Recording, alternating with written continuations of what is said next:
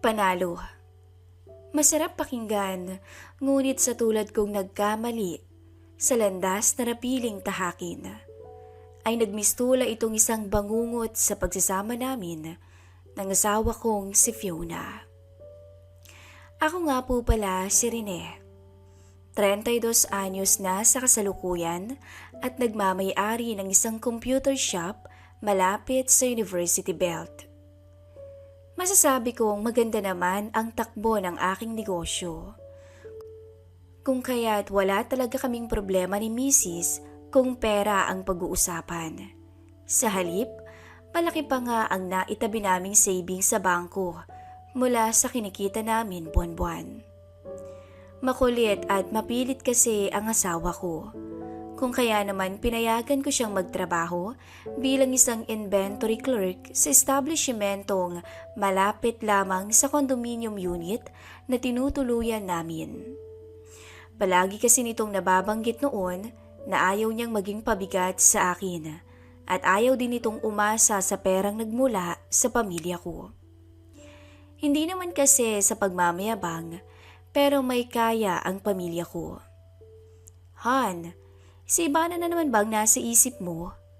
Tanong ng misis ko nang mapansin itong tahimik at tulala akong nakaupo sa may sofa.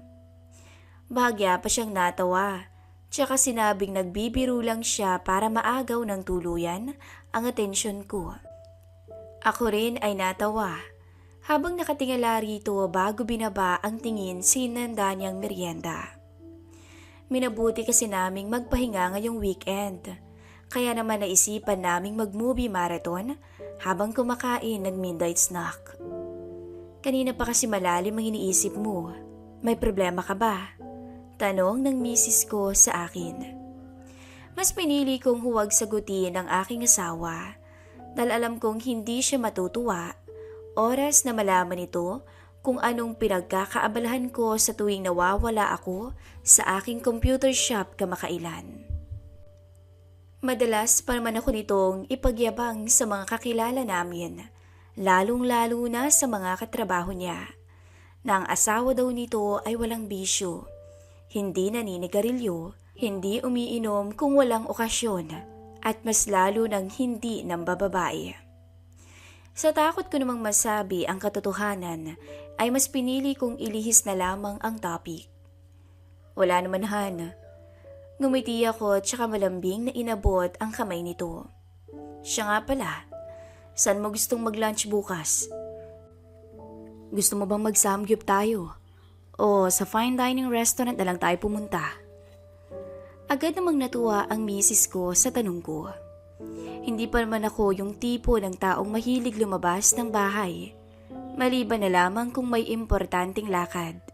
Kaya minsan, pansin kong naiinip na rin si Mrs. sa setup namin pero wala naman siyang magawa kung hindi samahan akong magmukmuk sa bahay sa tuwing weekend. Kaya naiintindihan ko talagang mabuti kung bakit ganito na lang ang tuwang nararamdaman niya. Hindi ba may pinag-iipunan kang units na bibilhin? Mapapagastos ka kung magdi-date tayong dalawa? Nagdadalawang isip pa nitong sambit. Tuluyan ko namang binura ang pangamba nito sa pamamagitan ng mga salitang alam kong magpapasaya sa kanya. Malakas naman ang kita sa comshop ngayong buwan dahil maraming project na ginagawa ang mga estudyantehan. Nung nakaraang linggo pa kompleto ang budget ko, sobra pa nga para sa date nating dalawang natira. Hindi ko mabilang kung ilang beses na nagsabi ang misis ko ng congratulation habang matamis na nakangiti sa harapan ko. Kitang-kita ko pa ang kinang at saya sa mga mata niya, kung kaya naman mabilis akong inusig ng aking konsensya. Ang totoo, hindi naman talaga nagmula sa kita namin sa comshop ang perang ipinambibili o ipambibili ko ng dagdag na computer units at gagamitin para sa dinner date naming dalawa. Galing ang perang yun mula sa unang panalo ko sa casino. Niyaya kasi ako ng may-ari ng katabi naming office supply shop na sumaglit doon, kung kaya naman out of curiosity ay sumama ako sa kanya. Hindi naman kami inabot ng 1 oras sa loob. Ngunit buenas naman ang natanggap ko sa unang salta namin sa kasino. Hindi ko nga namalayan na umabot pala ng 100,000 ang panalo ko sa paglalaro. Gustuin ko mang sabihin kay Mrs. ang buong katotohanan, ngunit alam kong mas makakabuti kung sasarilinin ko na lamang to. Nang sa ganun ay hindi rin magbago ang pananaw nito sa akin. Pero ang inaasahan kong 1 beses lamang ay naulit ng naulit hanggang sa ako na mismo ang pumupunta sa lugar na iyon sa tuwing gusto kong malibang. Hindi ko rin namalayan na unti-unti na palang nawala ang takot kong maglaan ng malaking halaga para sa bagay na iyon. Dahil nakampante akong suswertehin din naman ako pagkatapos. Ano rin kakasaba tayo sa challenge nila. 1,000,000 din ang makukuha nating dalawa kapag nagkataon. One time, big time ang bet na to, bro. Nakangising sabi ni Carl. Kunot na ako naman siyang tinitikan. Paano kung matalo? E di mauubos pa lahat ng pinaghirapan naming mag-asawa. Sabi ko. E di magtiwala ka na lang sa kakarampot na swerte natin, okay? Mas mabuti na tong ganito para hindi masakit sa bulsa. Alam ko kasi kung matalo man ako ng 1 o 2 beses, masusundan din yun ang panalo sa pangatlo. Hindi ako pwedeng panghinaan ngayong araw dahil handa naman ako sa maaaring kahihinatnan ng desisyon ko.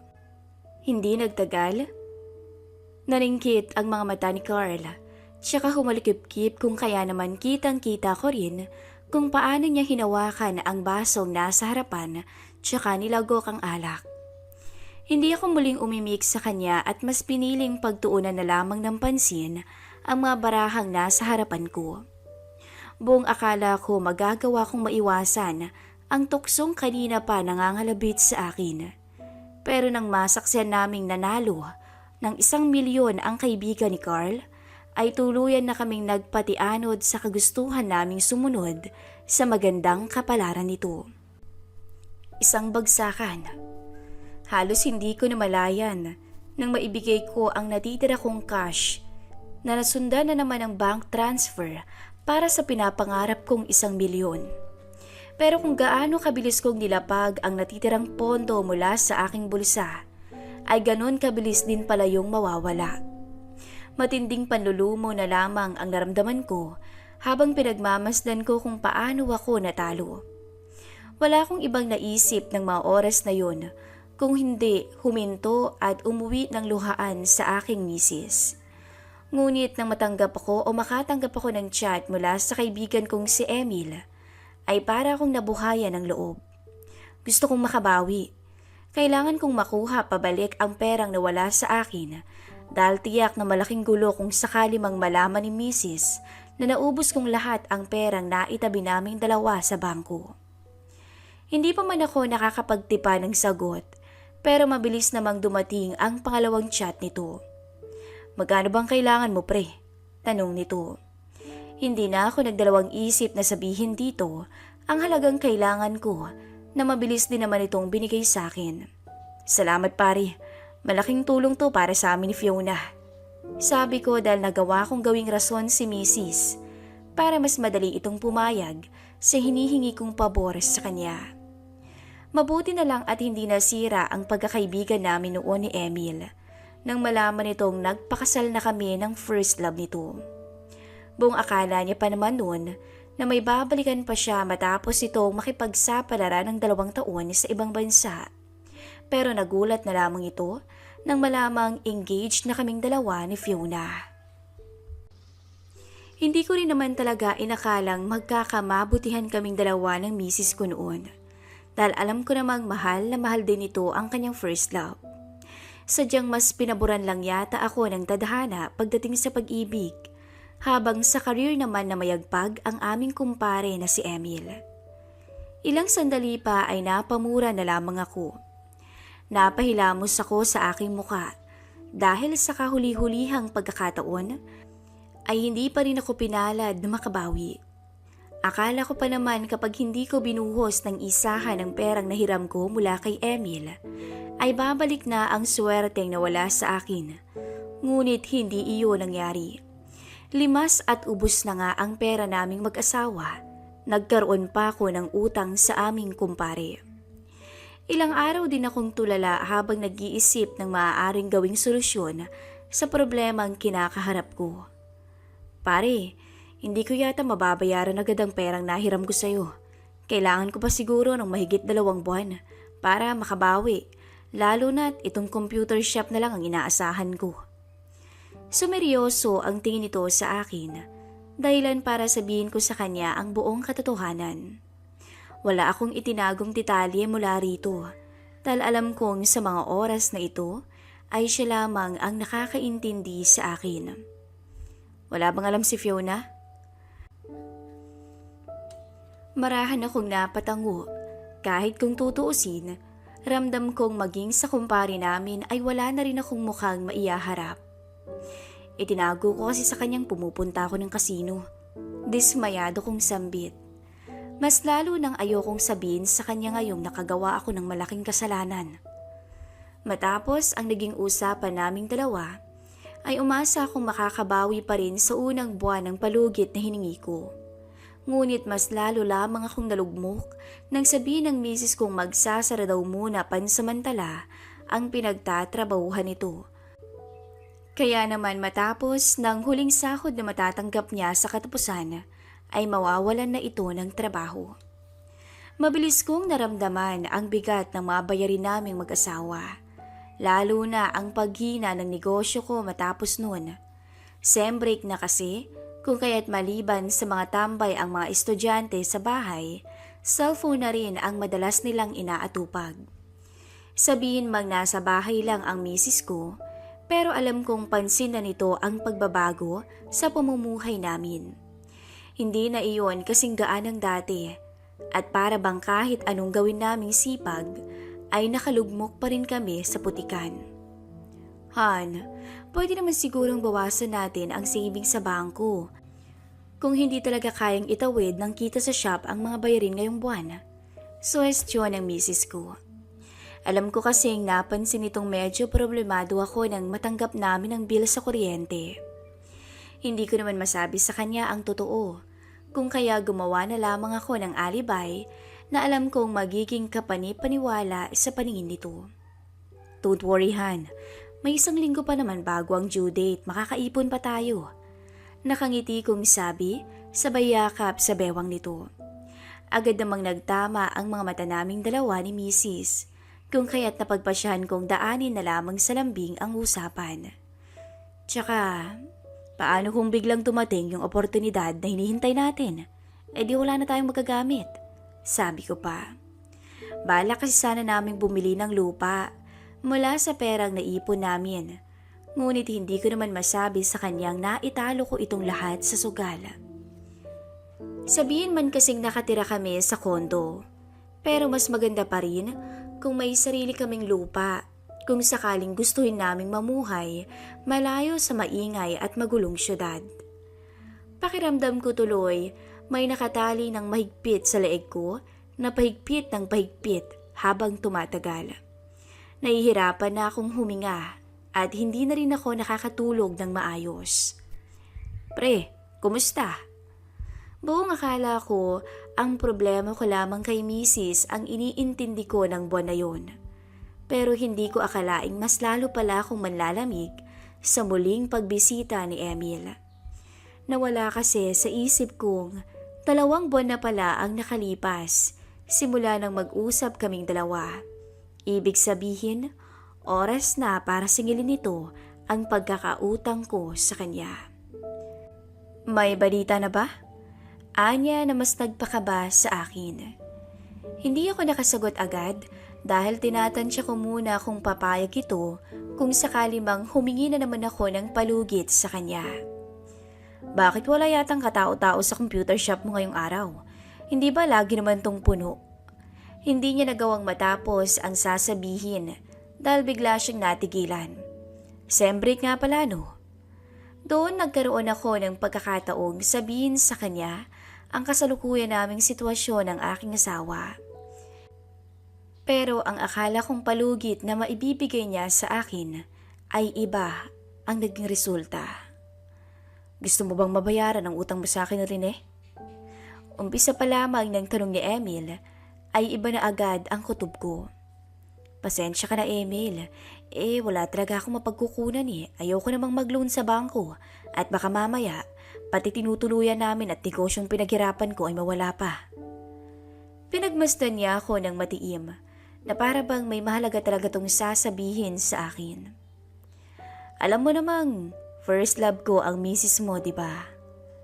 Baka pwedeng siya na lang.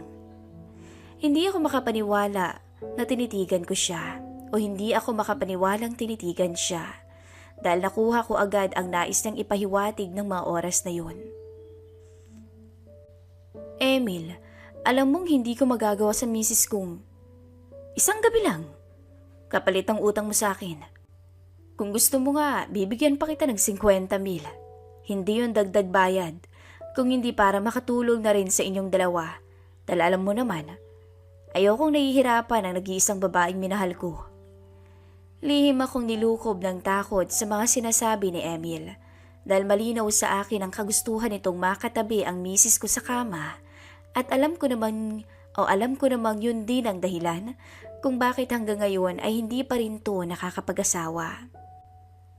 Ilang minuto din ako natahimik hanggang sa kusang nakapagdesisyon ako ng wala sa oras. Hindi mauulit. Hindi mo aagawin ang asawa ko. Naninigurado kong tanong na sinagot naman ito ng marahang pagtango. Pero, pwede bang sa susunod na linggo na lang, gagawa muna ako ng dahilan. Kunwari magsi-celebrate kaming dalawa dahil dumating na ang nabili kong computer units. Sumang-ayon naman ito hanggang sa kusa na rin siyang umalis ng computer shop na tila tuwang-tuwa sa kasunduan namin. Nangako kaming dalawa sa isa't isa ni Emil na hindi magiging dahilan ang gagawin namin para magkasira kaming mag-asawa. Ngunit, sinira nito ang tiwalang binigay ko sa kanya nang pagkatapos itong magpakasasa sa katawan ng asawa ko na sinadya kong lasingin at walang kamalay-malay ng mga panahong yun, ay lihim niya pala tong kinausap para sabihin ang mga kasinungalingan at kasalanan ko. Hindi ako makapaniwalang naghugas kamay ang kumparing pinagkatiwalaan ko para lamang masira ang relasyon namin ni Mrs. at maagaw ito mula sa akin. Oo, inaamin kong nagkamali ako. Malaki ang kasalanang nagawa ko dahil hindi tama ang mga naging desisyon ko sa buhay. Ipinagpalit ko ang masaya naming pagsasama sa ilang minutong kaligayahang hatid sa akin ang sugal na yun hanggang sa tuluyan akong lumapit sa ahas na nakahanda na palang tumuklaw sa akin sa dulo. Habang sinusulat ko tuloy ang liham na ito, ay hindi ko maiwasang huwag maluha.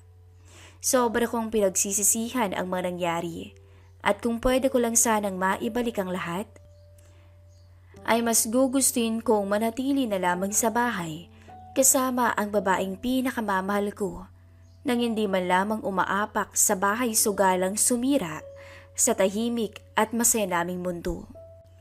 Wala namang masamang mangarap na yumaman kung sa mabuting paraan ito idadaan. Ang mali lamang ay ang masilaw sa pera hanggang umabot sa puntong mas nanaisin mong magsinungaling sa mga mahal mo sa buhay. Hanggang dito na lamang po ang kwento ko.